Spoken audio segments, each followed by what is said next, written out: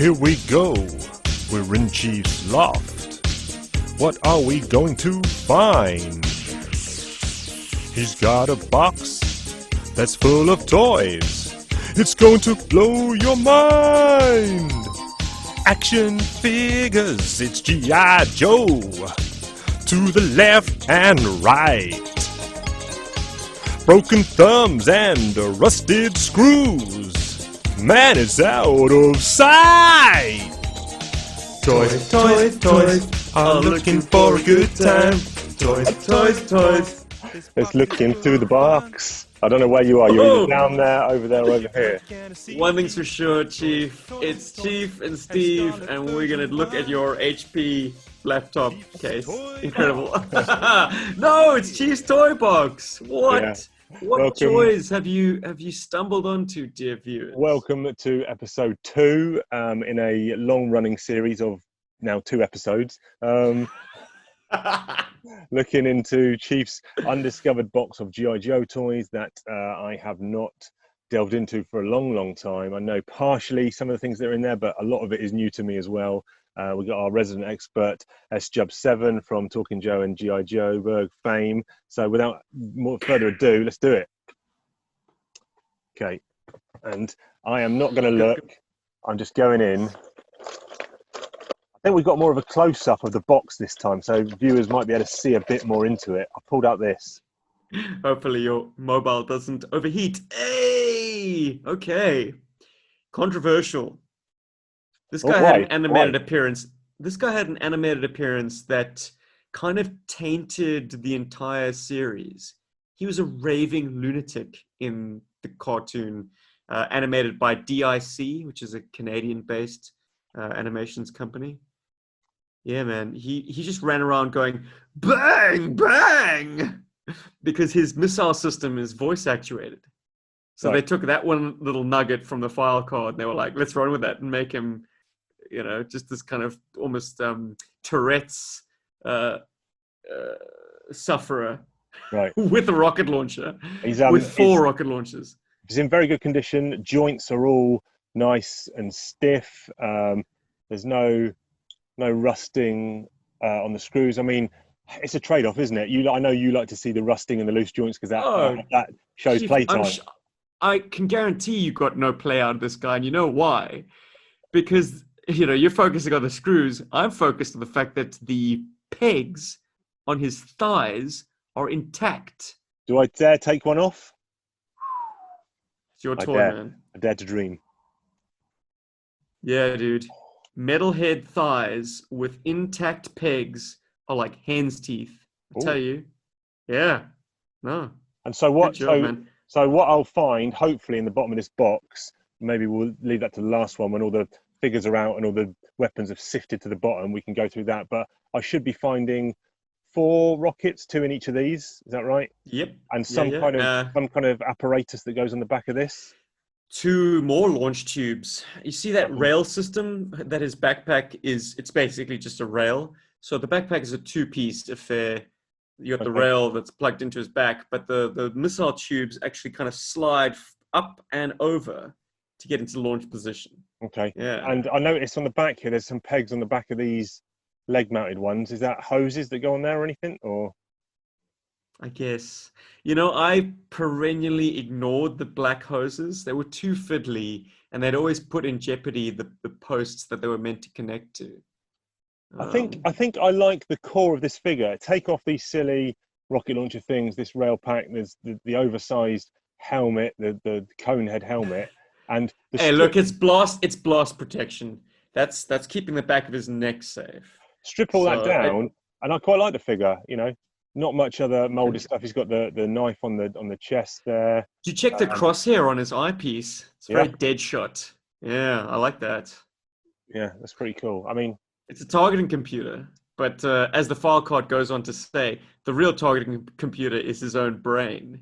Right. Even when he's not hooked up to his missile system, he's like, he's looking at the kind of the wind deflection by looking at the steam rising off the food that he's consuming. Right. I remember the comic. I think it was around issues 115, 116, something like that, where he's going up against the Joe armored team in the tank. and he's obviously an anti-tank specialist. And that was a good little. It was like the scrap iron story we never got. Yeah, because Metalhead is like scrap iron 2.0. Yeah. It's ironic that scrap iron, I think, was working alongside Destro, at least in some iteration. Like maybe his file card speaks about it. Like he was a weapons tester, but this guy is actually Destro's guy. So it's scrap iron, but Destro's scrap iron. Didn't really see him much. Next? Didn't really see him much in the comic after that. Afraid not. Digging in. As I say, he's tainted by Deke. I've got a few things. Oh, crowd pleaser. Ooh, some goodies. Does Freedom have his feet? Chief, get out of town, dude. Is that rare? It's very. Oh, we've lost the visual. Oh my goodness. Overheated again. Sorry, this is going to be a running gag. I've pressed a button. Pressed it. We're back. Crotch shot. Oh yeah. We're back. That's what everyone really came here for. So okay, freedom with feet. Bravo. Yeah, man. I mean, it's such a thin little plastic connection. Let's hope easily Spirit's cracked in there somewhere. I hope so too, man. Ah, Saw Viper's gun, ammo bag, backpack. Alley Viper's signature weapon. You like this? I've always loved it. It's mongrel as all hell. I'm upset that they didn't reproduce it for the 25th anniversary line, because the weapon kind of makes up the set.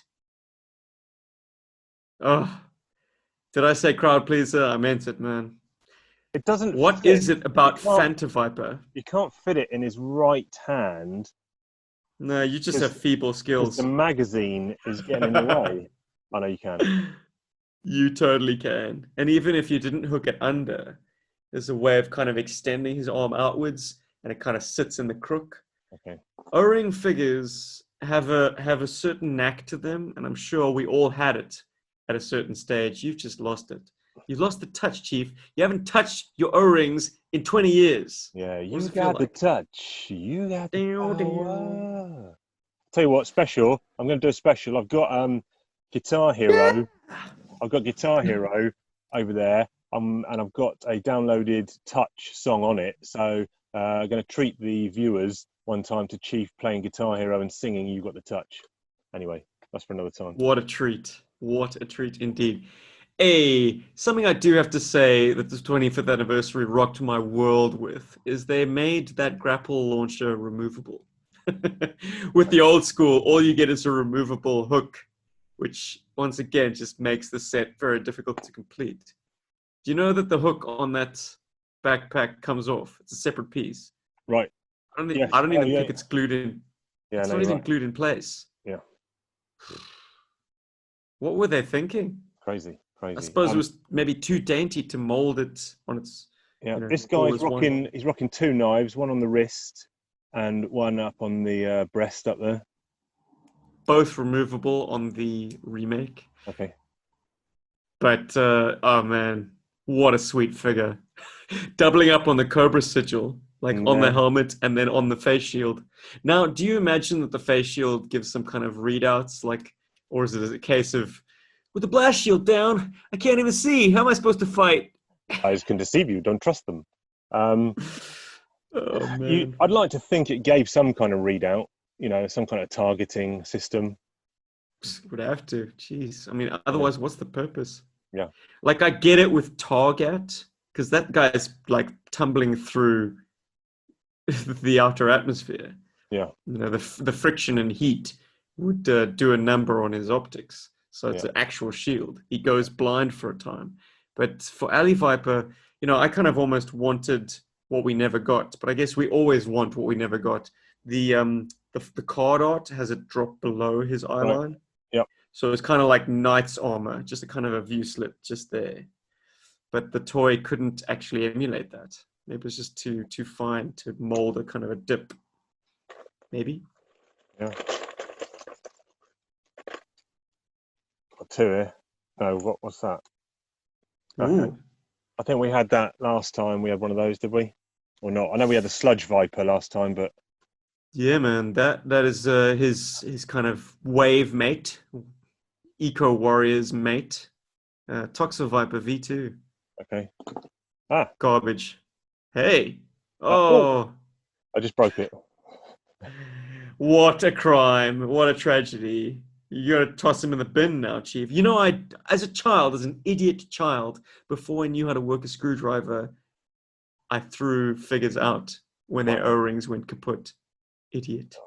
Okay. But So, easily solved. Is the crotch in good shape? yeah. What adventures did this guy go on? Or was he just principal baddie for a time?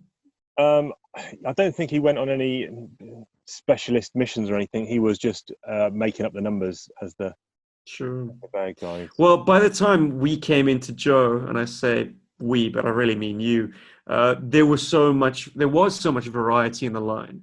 But like in '83 in '83, that was the Cobra Officer had to fill so many different roles, wear so many different hats. The file card is a fascinating read, man. He's like master of martial arts, demolitions. He's sort of a super spy. Like they are every bit specialist troops, He's but they got just are it's a en massive masse. bladed weapon on his thigh there, really big one.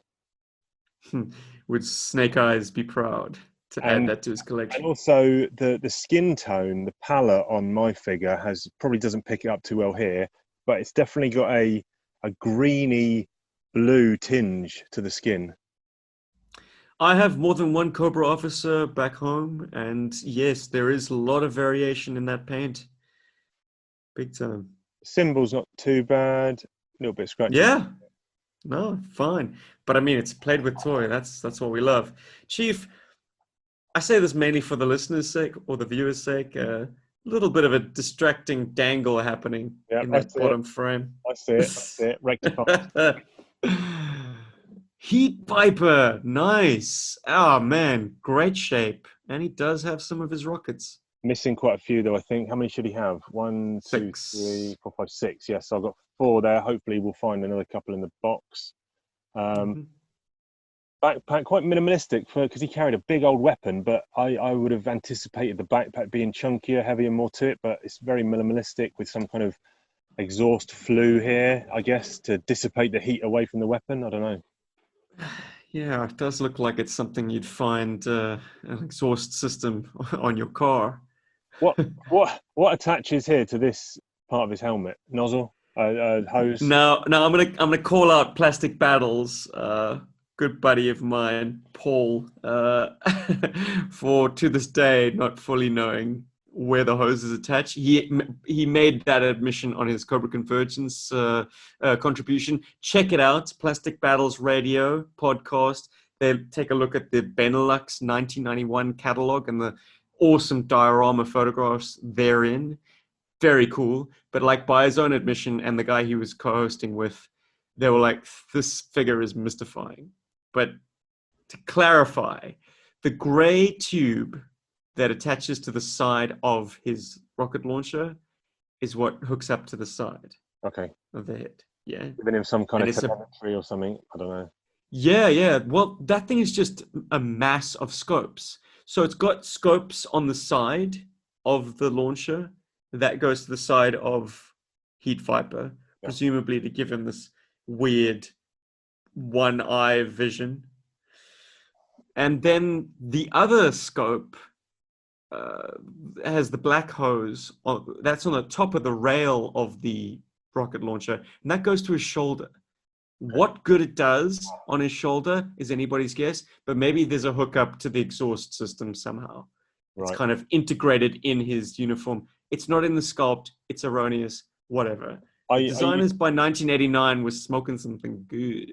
I used to love this figure as a kid. You know, really kind of like design. Now later on, it's okay. I don't think I like the face half covered kind of vibe. Just feels a little bit of a negative to anyone in combat if you've only got one eye.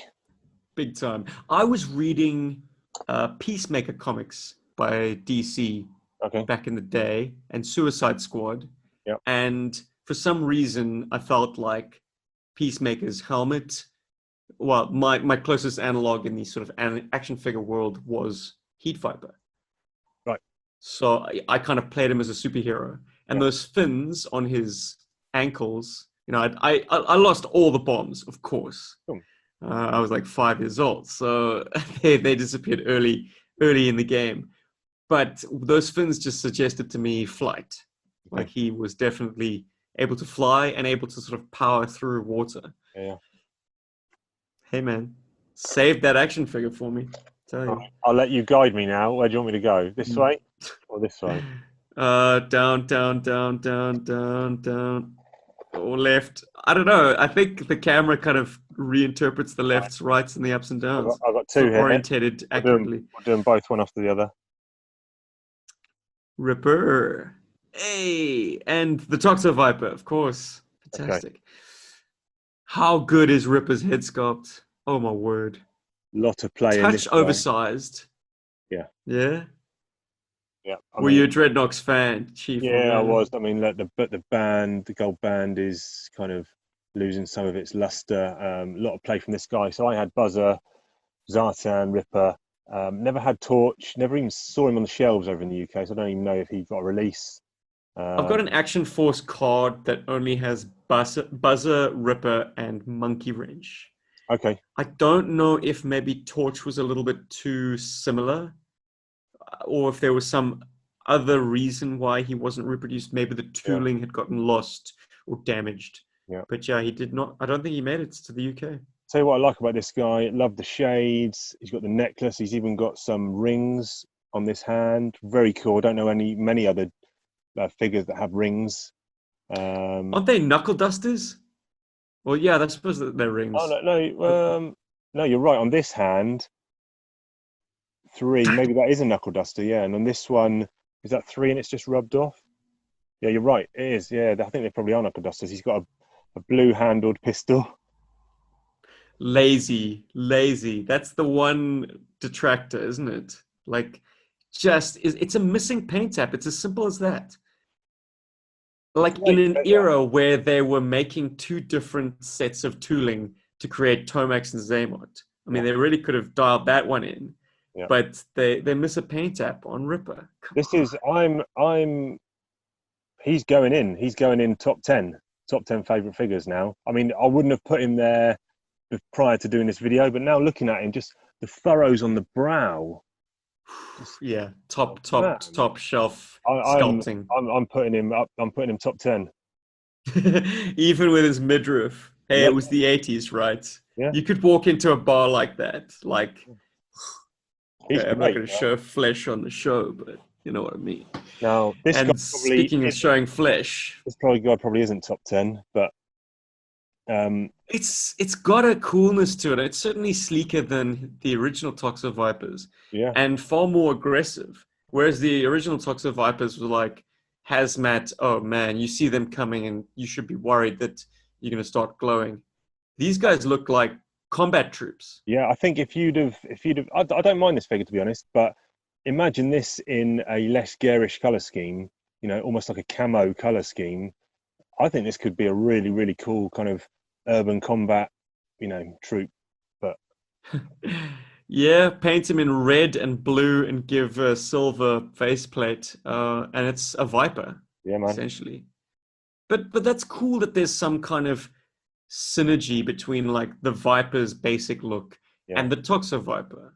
He's just a Viper with protective clothing. Yeah, I didn't know why he needed the superhero underpants over the top of his trousers, but well, it's because he never skips leg day. Look at the size of those thighs, man. Yeah, man. He's jacked.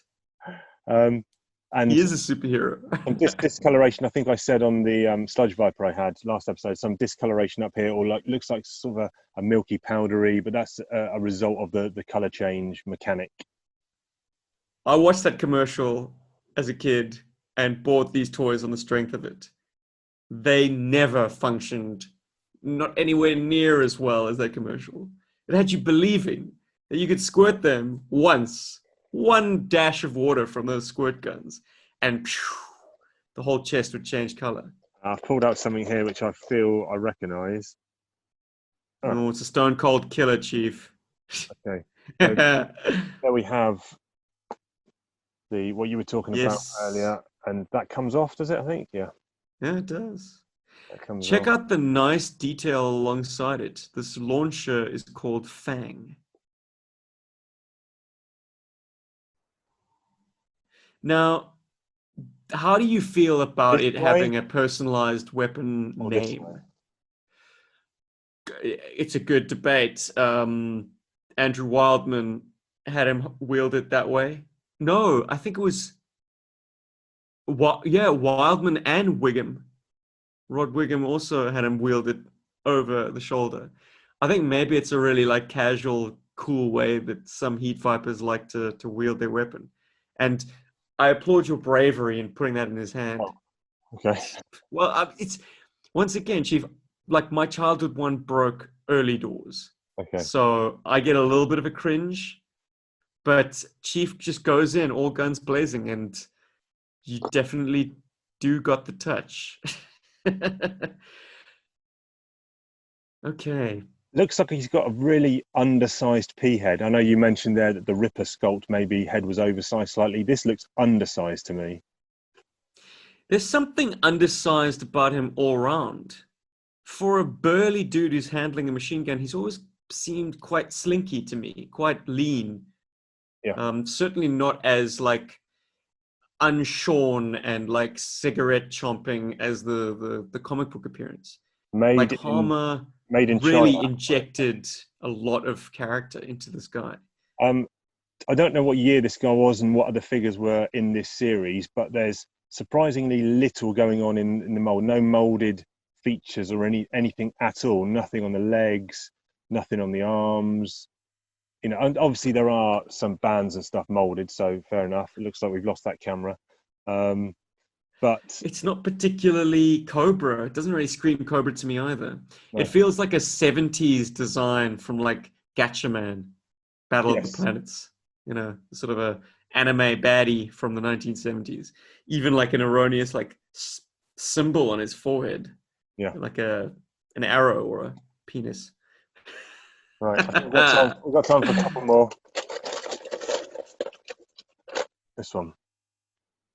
In sticking with the purple theme. Far more classic than the old Saw Viper. Super Lucy.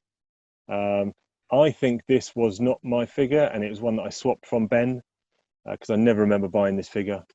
But how much do you love it then? I mean, if it was something you swapped, I assume you traded up. You stiffed Ben with something really crappy. 100%. Yeah. Of course. I was older. I called the shots. You really need this broken topside. Oh, you asked what year Saw Viper came from? 1990. Okay, right. This guy felt very Star Warsy to me, I think, in design, especially the helmet, which is probably why I gravitate towards him. But I like the overall design of the kind of flak jacket over the top of the uniform. There's got some piping and things on the wrists. You can't go wrong with a big old Cobra symbol on the chest, man. Yeah, you know where you stand. It's so nice. And they put out that mold a second time, but it didn't have the Cobra sigil. Really? Big mistake. Yeah. Take that away and it's garbage. We've got a pistol on the thigh there. Some weapons should slot in here. Not weapons, some tools. And then there's space. Though their size makes me feel like if the chips are down and this guy is forced into a combat situation, like those things do some damage, man. You can do some damage. All right, okay, cool. We've got time for two more. But not top 10 material, huh? No. He's not going to give Mutt a run for his money. Whoa. Hey, okay. The Colonial Marine smart gun? No, I kid. That is very good. Yes, Ramparts from last time. Last time, yeah. So what I'll do is we'll probably do one where I match up all the weapons with the characters, because that just hooks straight onto the little bit on his belt. Is that right? Yeah. You had a surprising number of options with that figure, because also it has not a tripod, a quad pod. I don't know. There's a stand, and you seem to have the more useful piece of it. but there's a cross piece that would then make it stand very stably. Actually, Okay. it's got a good center of gravity. So his role is a shoreline defender. I guess that would be his cannon. What do you think of Bazooka? You applauded his appearance in a recent comic book. I did. Big fan. Liked his helmet. I think a lot of helmets around this period were maybe oversized or looked chunky or wrong. His helmet probably, Excellent. Now, whether it was oversized or not, but even if it was, it just fit him perfectly. It fit him perfectly, and then there was a nicely sculpted piece. It had the kind of the fabric over a metal helmet kind of appearance. But unlike Hawk's, like from Hawk version 2, it didn't have an awkward sit on his head. It kind of sat really nicely. Much like the characters that have watches that don't go all the way around, he's got sweatbands that don't go all the way around his wrists. Clip-on sweatbands. Clip-on sweatbands. But simple figure. You know, there's not a terrific amount going on, but I don't think there needs to be with this guy. The football jersey. What's your take? Yeah, I'm fine with it. I think it gives a bit of uniqueness and individuality, and I guess it's a trend. They would then have several other figures, wouldn't they, that were sporting based. Who's the guy, the baseball guy? Hardball. Hardball, that's it. Yeah, Hardball. Was there a basketball? Infinitely. Well, in the film, they had Big Lob. Right. Who hurled hand grenades like he was, shooting a 3-pointer. Okay. Did I get it right, Chief? Sporting terminology. Yeah. Pat on the back, is Jobs. Right. Okay. I see we've got 4 minutes left of recording time, which means we can do another figure. Ooh. Oh, hey. Well, we had the officer. This is the same mold. Right. Good old Stinger driver. Yeah, and we can see his thigh knife in much clearer definition on this color scheme. Nice. Has the badge. Did he see use outside of the Stinger, or was he just like the man at the wheel? I think I used him as a Stinger driver, but also because of the color scheme was different, almost as an officer grade. So, if the officer wasn't around or whatever, then he would be commanding the regular troops. Nice. What personal weapon did you equip him with? Because he didn't come with any guns. No idea. The officer AK, did you have that to hand? Yes, I would have had that, yeah. Good bet. Oh, hello, Baroness. And mine detector. That would be Tripwires. Yep. Good old Tormod Skoog. I think that is probably the most unique G.I. Joe file name. Yeah. Tormod Skoog. Where's he from? I think he spent some time in the East. Yeah, I think in Japan. His father was stationed there. Baron. So, this brings me to an important point. So you were telling me on the last podcast, or asking me, and I don't think I was adequately applying my mind at the time, but sitting with the edit, I was like kicking myself. So you said that Serpentor is probably the first Cobra figure to overtly have Cobra deco sort of sculpted into his uniform. Yes. But the Baroness wears Cobras in more than one place. Her belt buckle has a kind of a coat. Well, it's brought out more in her card art. Probably doesn't pick it up. Yeah. I think the intention is that's the Cobra symbol. And then her gauntlets. She's got nice long gloves, and on the forearm, you've got a snake motif or cobra motif.